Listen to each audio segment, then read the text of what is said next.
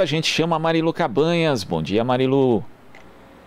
Olá, Glauco, bom dia a todo mundo que está acompanhando aqui o Jornal Brasil Atual e vamos falar aqui sobre a pandemia. O Brasil já registra mais de 13 milhões de casos de Covid-19, já morreram pela doença 333.153 pessoas.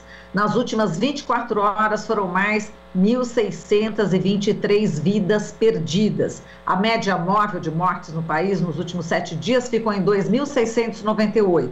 Em comparação, a média de 14 dias atrás, a variação foi de mais 15%, indicando aí tendência de estabilidade nos óbitos pela doença, mas ainda, claro, estamos em patamares muito altos. E hoje a gente vai convidar aqui para falar conosco o Marcos Caseiro, médico infectologista, professor universitário. Bom dia, Caseiro. Bom dia, oi Marilu. Bom dia a você, bom dia a todos que estão nos ouvindo aí. Prazer estar falando com você aí, viu, querida? Vamos conversar um pouquinho. Vamos lá, Caseiro. Faz tempo que a gente não conversa contigo, estava com saudade já.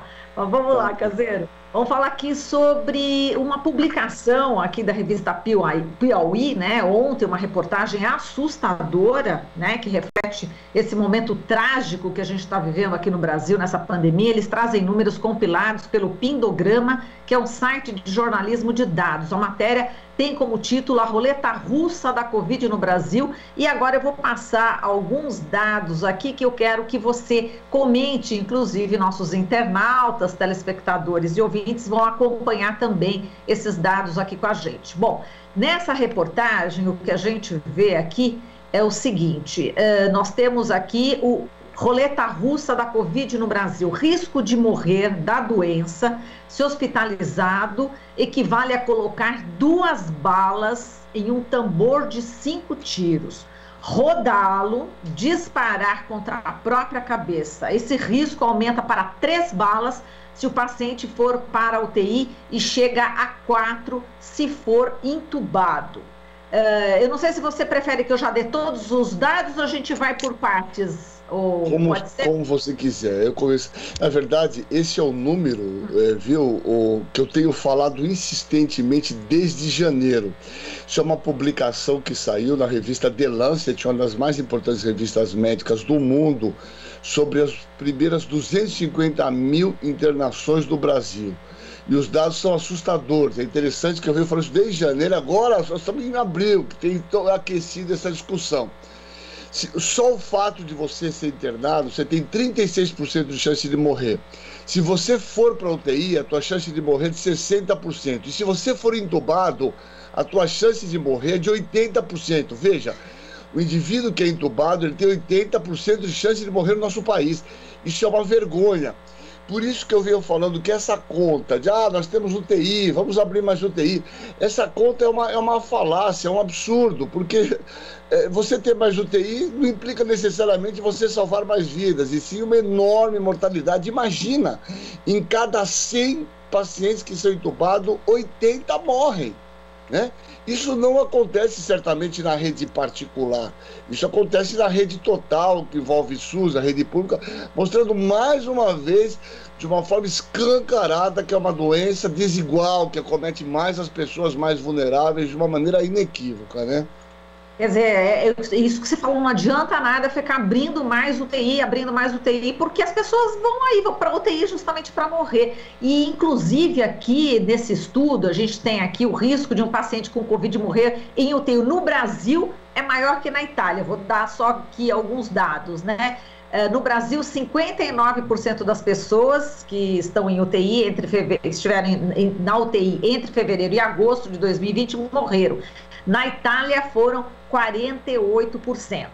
Inclusive, temos aqui mais um dado, em UTIs públicas, a possibilidade de morrer de Covid é quase o dobro da verificada em UTIs privadas. No Brasil, a mortalidade de pacientes internados em UTIs privadas foi de 30% e nas UTIs públicas de 53%.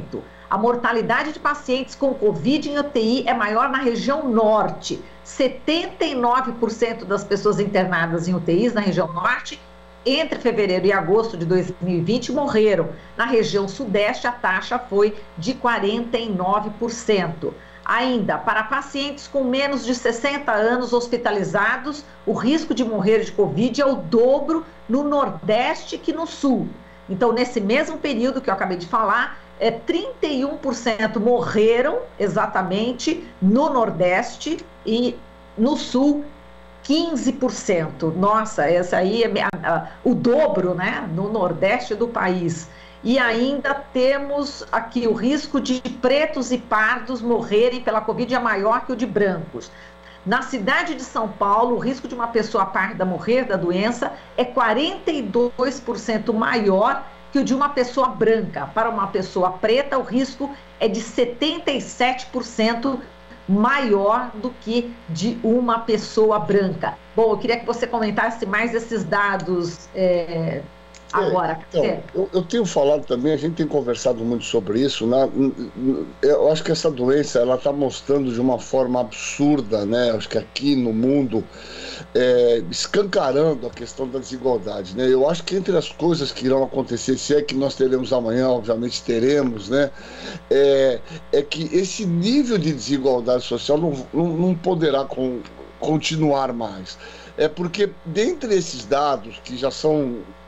Esses dados são mais atuais, esse estudo que eu falei, o estudo das 250 mil internações iniciais que foram até novembro do ano passado, e aí tem dados mais atuais. Mostra exatamente isso, quer dizer, negros, pardos, o Nordeste muito pior do que quando você pega o Sul, pela qualidade, obviamente, do serviço de assistência médica. E o que mostra de uma maneira mais clara é assim, as pessoas que têm dinheiro, as pessoas que têm uma classe média, média alta, né? Eventualmente podem ficar em casa, podem se isolar. Agora, as pessoas mais vulneráveis, 40 milhões de pessoas estão vulneráveis, estão desempregadas, elas têm que ir para a rua, elas têm que ir atrás de alguma possibilidade, já que o governo não fornece. Então, essas pessoas mais vulneráveis se expõem mais, se contaminam mais, e obviamente quando dependem de um serviço, de uma assistência médica que nós temos o SUS, obviamente, mas que tem as limitações que nós sabemos. Você veja, aquele fatídico dia 14 de janeiro, você imagina você ser internada numa UTI, num hospital, e não ter oxigênio. Você vê o grau extremo de barbaridade que nós chegamos, né? De um indivíduo ser internado e simplesmente ele não ter oxigênio. Se você observar isso vai acontecer numa rede particular? Não, isso não acontece.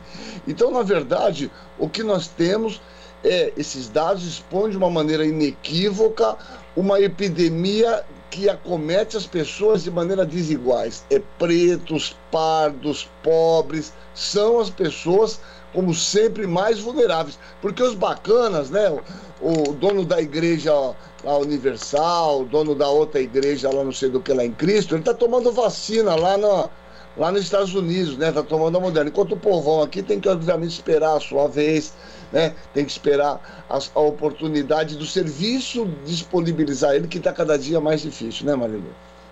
Exato, já que você tocou aí nesse assunto, né, de líder religioso, né, eu vou colocar aqui essa notícia a respeito da abertura ou não, né, de igrejas, da celebração de cultos e missas. O ministro Gilmar Mendes, né, do Supremo Tribunal Federal, negou liminar pedida pelo PSD contra decreto do governo do estado de São Paulo, que proibiu a realização de cultos e missa. O plenário do STF vai julgar essa questão nesta quarta-feira. Aí o Procurador-Geral da República, Augusto Aras, pediu que a ação apresentada pelo PSD no Supremo Tribunal Federal contra o decreto do governo do estado, proibindo a realização aí de cultos e missas, fosse transferida exatamente do gabinete do Gilmar Mendes para o ministro Cássio Nunes Marques, que justamente tinha liberado no sábado a realização de cultos e missas.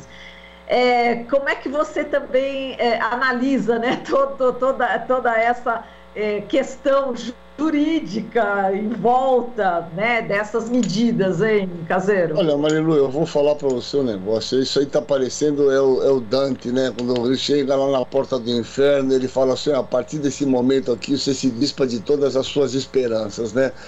A partir daqui esqueça a esperança, deixe de lado, porque aqui a coisa é isso que a gente está vivendo, né? Uma insegurança total, uma insegurança jurídica, isso mostra, porque na verdade isso já tinha sido decidido, acho que pelo Pleno, da questão que isso era uma decisão de cada governador.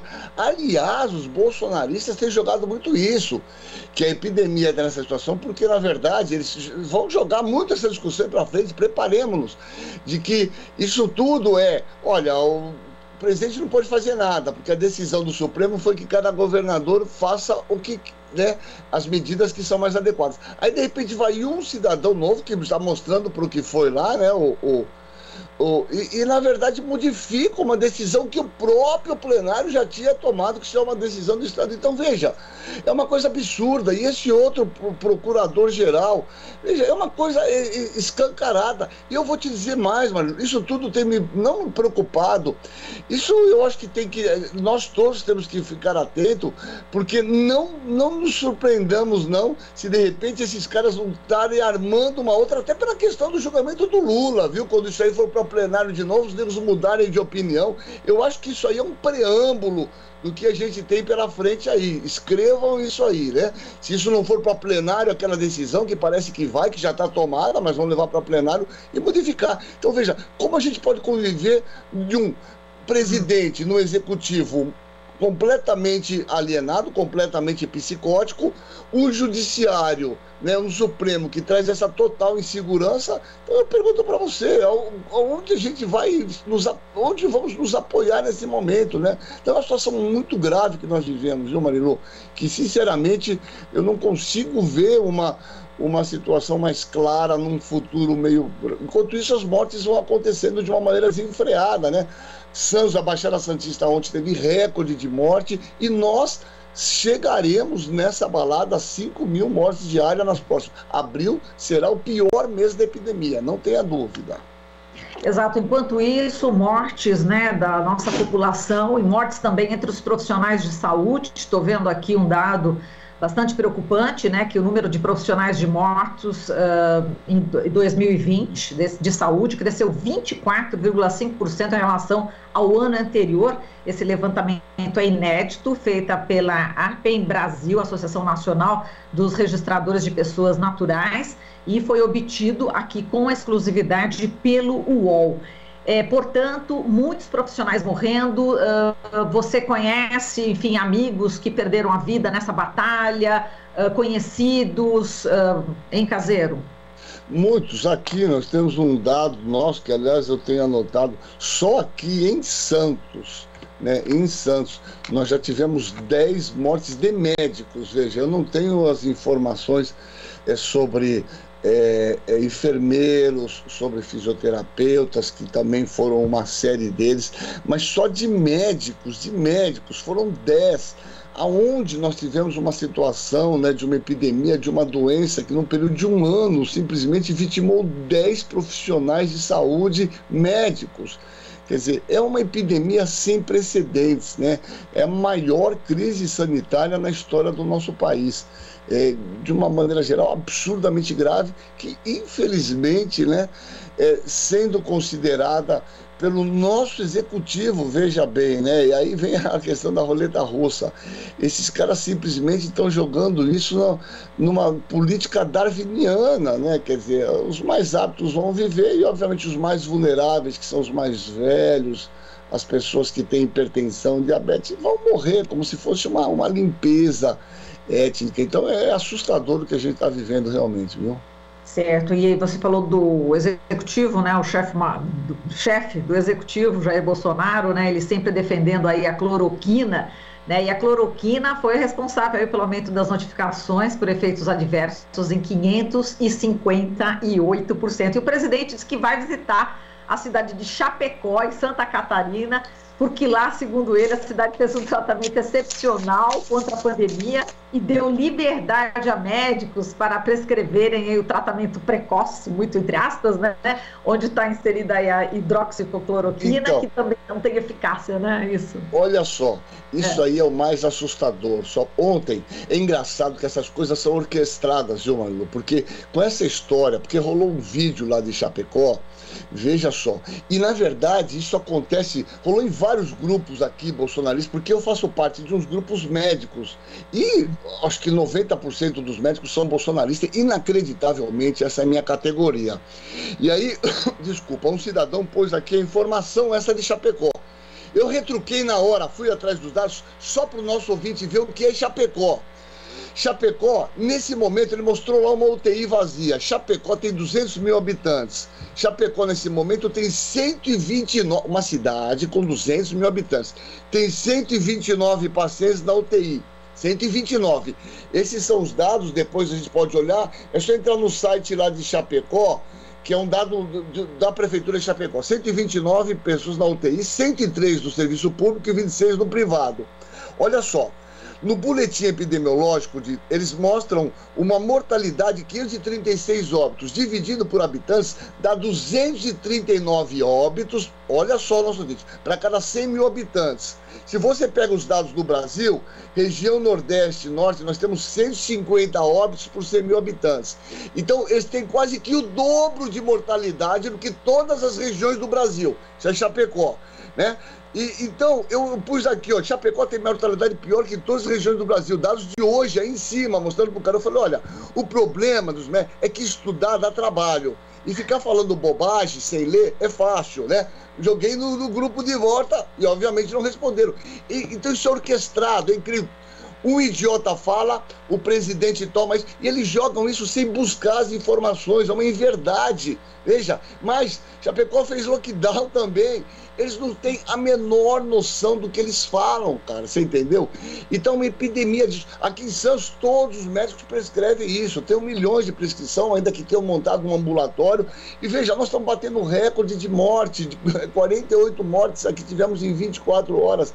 Então é difícil, porque além de brigar e de lutar contra uma doença devastadora, tem que lutar contra esses negacionistas, esses médicos irresponsáveis que prescrevem isso sem nenhuma evidência médica. É assustador o momento que a gente vive, viu, Marilu? Tá certo, bom, e a gente fica então com esse alerta caseiro, a gente agradece aqui a sua participação, muitíssimo obrigada, parabéns pela sua atuação aí na Baixada Santista. Legal, mas... Infelizmente temos muitos médicos, como você falou, que são negacionistas, mas temos aí o Marcos Caseiro, que está à frente aí no comando de hospitais, de universidade, enfim, dentro da sala de aula, também explicando para os futuros médicos, né, futuros enfermeiros, alto padrão, realmente para que isso não ocorra mais. Infelizmente a luta é grande, né, Caseiro? Vai demorar ainda muito, né?